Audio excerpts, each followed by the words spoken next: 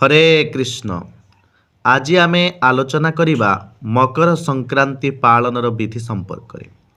କେଉଁ ମୁଖ୍ୟ କାର୍ଯ୍ୟଗୁଡ଼ିକ ଏହି ମକର ସଂକ୍ରାନ୍ତିରେ କରିବା ଆବଶ୍ୟକ ସେସବୁ ବିଷୟରେ ଶାସ୍ତ୍ର ଏବଂ ଲୋକାଚାର ଆଧାରରେ ଆମେ ଆଜି ବର୍ଣ୍ଣନା କରିବା।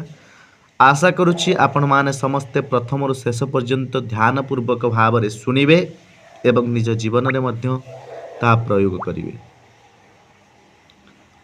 सोपान 1 प्रातः स्नान ओ शोची। मकर संक्रांति दिन प्रभात रे कौनसी नदी पोखरी किंबा घरे स्नान करी शरीर एवं मन को पवित्र करा जाए। ओडिशार विशेषकर महानदी बैतरणी ब्राह्मणी इत्यादि स्नान करिवार महत्व अत्यंत गुरुत्वपूर्ण। शास्त्र मत कहे मकरे संक्रमे सूर्ये गंगा स्नानं विशेषतः सर्वपाप विनिर्मुक्तः सर्वपुण्यफलं लभेत।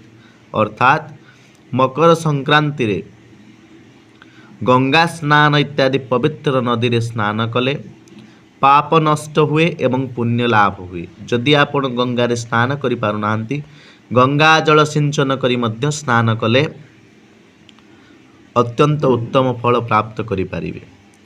द्वितीय कार्यटी होछि सोपान 2 सूर्यंकर पूजा एवं अर्घ्यदान। स्नान परे सूर्यदेव को जल फूल एवं चाउल देई अर्घ्यदान करा जाए। यह होछि सूर्यंकर दिन। देवता मानंकर उत्तरायण गति एही दिनरु आरंभ होइताय।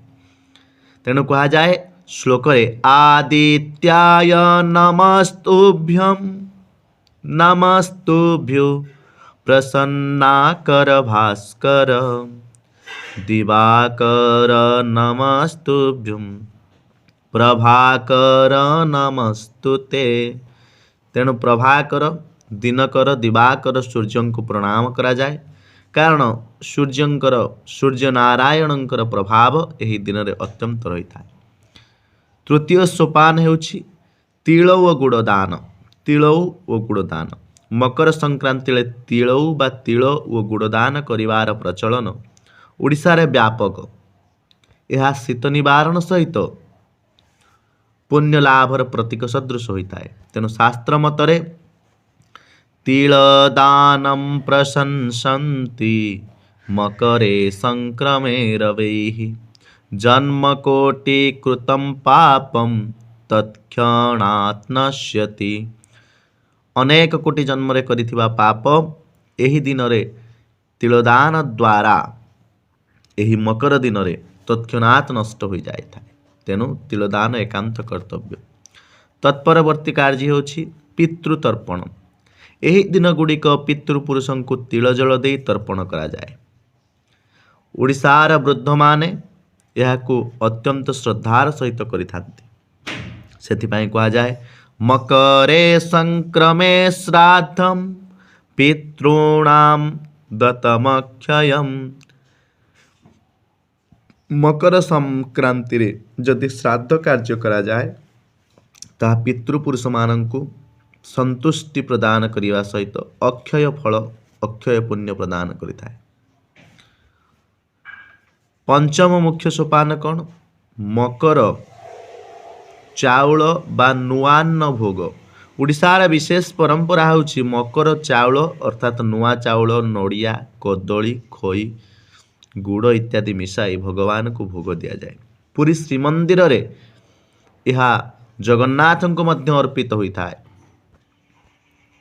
तेणु एभली नव चाउल नुआ चाउलर पिठा करी नुआ चाउलर नड़िया कदली खई गुड़ पकाई मिसाई भगवान को मध्य एही दिन अर्पण करवा उचित। षष्ठ सोपान कौन पिठा ओ लोक पर्व। ओडिशार मकर संक्रांति अवसर रे आरिसा पिठा चकुली पिठा मंडा पिठा प्रस्तुत करी परिवार और आत्मीय स्वजन मानक सहित भोग करा जाए आनंदर सहित। तेणु सार कथा हेउछि मकर संक्रांति सूर्यंक उत्तरायण आरंभर पर्व। यहाकू शास्त्र रे पुण्यकाल बोली मध्य कहा जाइछि।